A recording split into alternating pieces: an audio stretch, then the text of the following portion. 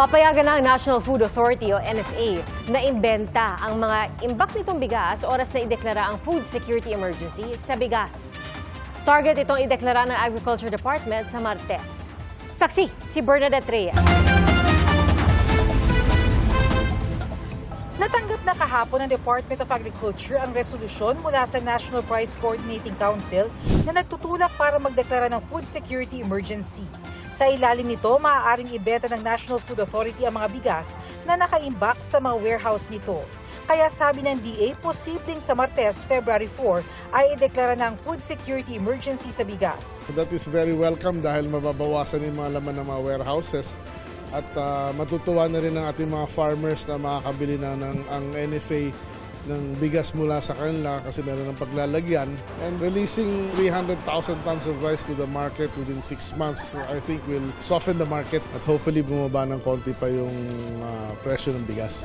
Hirit ng ilang retailers, sana raw yung makapagbenta rin sila ng bigas mula sa NFA. Malaking tulong po yun, ma'am. Makakaakit din ng customer. Kung walang-wala ka, pwede mo na yung bilhin. Para makausod-asad din pang kain ba?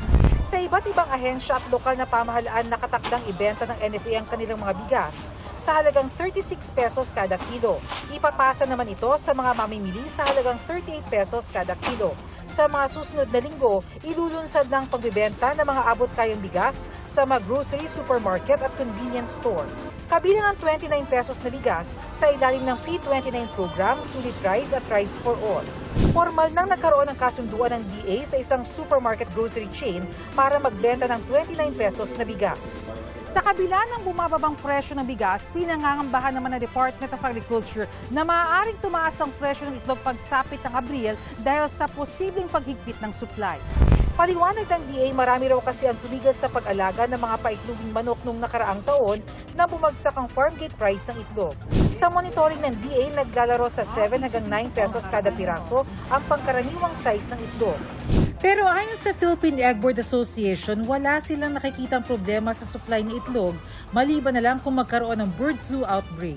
Ang projection po natin itong taon is meron tayong ini-expect na oversupply sa production po ng itlog. Yung mga dumating na parent stock last year, ngayon po magsisimula yun maging productive. Kung magkakaroon ng outbreak, magkakaproblema po tayo sa supply po ng itlog. Para sa GMA Integrated News, ako si Bernadette Reyes, ang inyong saksi. Hindi lang si Vice President Sara Duterte, kundi pati sina Pangulong Bongbong Marcos at dating Pangulong Rodrigo Duterte ang gustong mapanagot umano ng mga grupong nagdaos ng hiwa-hiwalay na kilos protesta ngayong araw. Saksi, si Jonathan Andal. Ang magkakatulad na panawagan ng tatlong hiwalay na kilos protesta, patalsikin sa pwesto si Vice President Sara Duterte. Mula sa iba't ibang universidad sa Taft Avenue, nagmarcha ang daang-daang estudyante, propesor, mga madre at iba pang taong simbahan. Ang gusto natin dito ay manawagan sa mga taong bayan na kalampagin ng Kongreso na ipa-impeach na si Sara Duterte.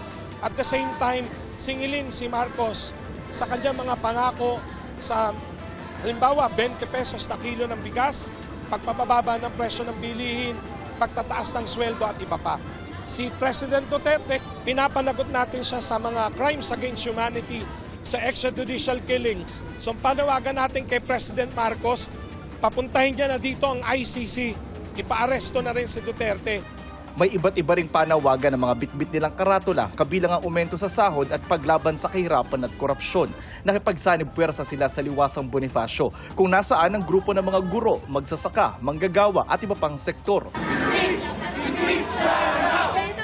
Ang grupo naman sa EDSA gusto ring mapanagot ang bise sa anilay mga ginawa niya kabilang ang paglustay umano sa confidential funds. Kaya ang ating panawagan sa ating mga leaders sa House of Representatives, huwag tayong magpadala sa pressure, huwag tayong magpatakot, huwag tayong magpabuli. Aksyonan natin ang impeachment. Ang grupo naman sa EDSA Shrine, hindi lang ang Vice Presidente ang punterya. Pinag-aaralan daw nila kung paano mapapanagot ang Pangulo dahil sa issue sa 2025 National Budget. Yung 2025 National Budget, naniniwala tayo na ito ay refleksyon ng matinding korupsyon. Talagang prioritize na yung interes ng mga politiko. Hinihingan pa ng reaksyon tungkol dito ang palasyo at kampo ni Vice President Duterte. Para sa GMA Integrated News, ako si Jonathan Andal, ang inyong saksi. Taas presyo sa LPG o liquefied petroleum gas ang sasalubong sa buwan ng mga puso. 70 sentimo yan kada kilo o katumbas na mahigit 7 piso sa kada 11 kilogram na tangke. Posible ring magmahal ng hanggang 70 sentimo ang kada litro ng gasolina sa susunod na linggo ayon sa Energy Department. Tinatayang aabot naman sa piso ang rollback sa kada litro ng kerosene at mahigit piso sa diesel. Ang pagtataya ng DOE ay base sa 4 na araw ng trading sa mga produktong petrolyo ngayong linggo. Palalakasin daw ng National Security Council ang counterintelligence at monitoring para tiyakin ang seguridad ng bansa. Kasunod po yan ang pagkakaaresto sa mga umano'y ng espiya sa bansa na ikinabahala ni Pangulong Bongbong Marcos. Saksi, si Ivan Mayrina. Kahit si Pangulong Bongbong Marcos nababahala raw sa report na may mga dayuhan na nag-i-espiya umano sa mga vital installations sa bansa gamit ang mga high-tech na kagamitan, partikular sa mga lugar ng Armed Forces of the Philippines at Philippine Coast Guard. That's why we arrested them, because of course we are very disturbed by anyone conducting such espionage operations against our military. Hawak ng NBI ngayon ang 8 katao. 6 ay mga Chinese nationals at 2 Pilipino. Arestado sila sa hinalang pangi-espiya. Ang isang Chinese na si Deng Yuanqi at ang 2 Pinoy na kasama may kaso na sa Makati RTC. Binasahan ng sakdala mga ito kanina sa kasong espionage at paglabag sa anti-cybercrime law. Not guilty ang sagot nila sa korte. Ang sabi ng National Bureau of Investigation at Armed Forces of the Philippines, may koneksyon si Deng at ang 2 Pinoy niyang kasamahan sa 5 pang Chinese national na inaresto sa hinalang espionage. Intelligence information that we've gathered, meron kasi kaming PUI na wala rito. Nasa China. Basically China because yun yung identification niya na nagdidirect sa grupo na to. So isang grupo, dinadeng, din pangalawang grupo itong kinakain. Mayroong isang individual na nagdidirect sa kanila. Ayon sa NBI Cybercrime Division, kasama sa mga lugar na sinurveillance ng grupo ni Deng ay ang mga power plant, power grid sa Luzon, kasama ilang substations ng National Grid Corporation of the Philippines o NGCP. Na-surveillance na rin daw nito ang Malampaya gas field sa Palawan. Ayon kay Lagtok, gumamit sila ng LIDAR sensor na kayang kumuha ng lahat at kumpletong detalye ng isang lugar. Mataas daw ang level of accuracy ng data na nakukuha at real-time napapadala kung saan man nila gusto. Kung ang surveillance daw ni Deng ay land-based, ang 5 namang Chinese ay pinresenta kahapon, sea-based umano ang pagmamatsyag. Bukod sa mga malakasang CCTV na may telephoto na kinabit nila sa Ulugan Oyster Bay, nalagyan din nila ng CCTV ang Buliluyan Port. Buliluyan, Bataraza is of strategic importance in the south of Palawan. The location is within the vicinity of EDCA site, and the Philippine Coast Guard vessels can be monitored from docking to its routine missions in the WPS. It serves as a secondary port due to its proximity to the North Balabac Strait, a vital sea lane of communication, where some PLA Navy vessels have been monitored passing through in the past months. Maging sa Subic sa Zambales, na-surveillance na rin daw. Yung isa dyan, airstrip. Yung isa yung, I think, naval base and then yung power grid. Then yung isa, yung may makikita kayo yung red na dot na rin, yun yung position ng ating perpetrator. Tignan nyo, may marka siya. May marka siya towards and may marka siya sa left side. Nung translate natin through Google Translate, may nakasulat na Navy, may nakasulat na airport. So mayroon silang pinaplano po dyan, yung pangyayari na yan. Kaya hinihintay daw ng Pangulong Marcos ang investigasyon ng NBI tungkol dito. The investigative services are still developing more information to see exactly what these 5 have been what operations they have been doing while they've been here in the Philippines. Dahil yung iba matagal nang nandito, nakapangasawa na ng mga Pilipina. At sleeper talaga, sleeper. Ang tinatawag na sleepers. Sa isang pahayag, sinabi ni National Security Advisor Eduardo Anyo na patuloy na magbabantay ang pamahalaan para pagtibayin ang pambansang seguridad sa pamagitan ng pagpapalakas ng counterintelligence at monitoring. Para sa GMA Integrated News, ako si Ivan Mayrina, ang inyong saksi. Mahigit 200 ektaryeng lupain ang apektado ng grass fire sa Carasi, Ilocos Norte. Nabalot na makapal na usok ang bahagi ng kabundukan. Under control na ang grass fire pero patuloy ang heli bucket operations o pagsasaboy ng tubig gamit ang helicopter. May natitira pa rin daw kasing usok na pwedeng pagmulan muli ng sunog. Ayon sa DENR Ilocos Norte, 50 ektarya ng apektadong lupain ay bahagi ng kanilang greening program. Inaalam pa ang sanhi ng apoy. Daragdagan ng 2,000 piso ang honoraria ng mga gurong magsisilbi sa eleksyon pagdating ng Mayo. Tuloy-tuloy naman ang pag-imprenta ng mga balota. Saksi si Sandra Aguinaldo. Sa briefing na isinagawa ng COMELEC sa iba't ibang grupong makakatuwang nila sa May 12 elections, ibinida ng komisyon na umabot na sa halos 5 milyong balota ang naimprenta nila mula noong Lunes. Lalabas na halos 1 milyong balota kada araw ang naimprenta nila. Pero kahapon, nakapag-imprenta raw sila ng 1.6 million ballots sa isang araw lang. Kung 1.6 kahapon, hopefully ngayon kahit mga 1.7 to 1.8 sana ngayon, walang tulugan. April 14 ang deadline ng COMELEC sa printing ng 72 million ballots na kailangan sa eleksyon. Ang target, makapag-imprenta ng 1.5 million ballots kada araw.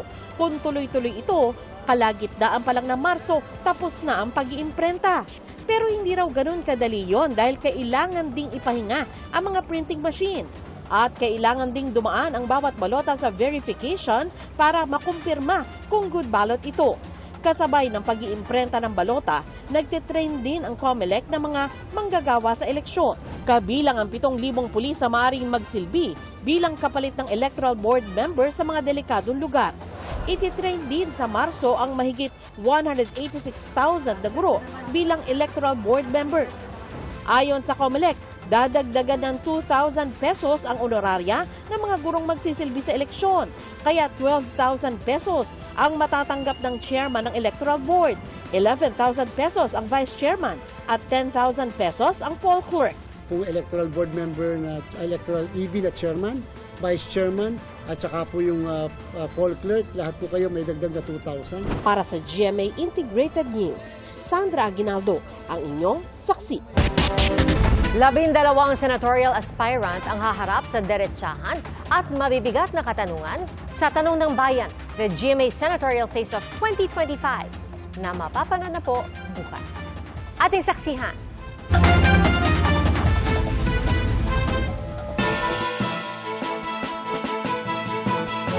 The government that you were trying to overthrow is the same government or establishment that you're trying to join now. Mabibigat na tanong ng bayan.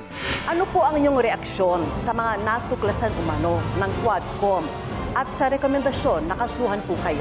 Ano yung sasagutin ang mga nagsasabing isa po kayong political butterfly? Ito ang isa-isang sinagot sa kauna-unahang paghaharap ng mga senatorial aspirant ngayong eleksyon 2025. Sa Tanong ng Bayan, the GMA Senatorial Face-Off 2025. May 30 sa mga nangungunang senatorial aspirant base sa Pulse Asia at SWS surveys na inilabas noong Disyembre 2024. Ang inimbitahan ng programa, may mga tumanggi, may mga walang tugon, at may ilang umatras. Sa huli, 12 senatorial aspirant ang kumasa sa hamon para harapin ang mga tanong ng bayan. Upang makilala at makilati sa mga botante ang kanilang mga plataforma at kakayahan para sa matalinong pagboto sa eleksyon 2025. Ang harapan na ito, pangungunahan ng pinakapremyadong broadcast journalist ng bansa na si Jessica Soho, kasama ang panel ng mga batikang mga mamamahayag ng GMA Integrated News at GMA Public Affairs. Sina Vicky Morales, Emil Sumangil, Pia Arcangel at Cara David. Pwede po bang pakilinaw? Tatanggap po ba talaga kayo ng pork barrel o hindi? Ano po ang magiging ambag ng isang walang karanasan sa politika pagdating niya sa Senado? Mapapanood na yan sa darating na Sabado, February 1, 9 p.m. sa GMA. Simulcast sa GMA Pinoy TV at Super Radio DZBB. At may live stream sa YouTube channels at social media platforms ng GMA Integrated News at GMA Public Affairs. Ito ang Tanong ng Bayan, the GMA Senatorial Face-Off 2025. Para sa GMA Integrated News, ako si Ian Cruz, ang inyong saksi. Mga kapuso, maging una sa saksi. Mag-subscribe sa GMA Integrated News sa YouTube para sa iba't ibang balita.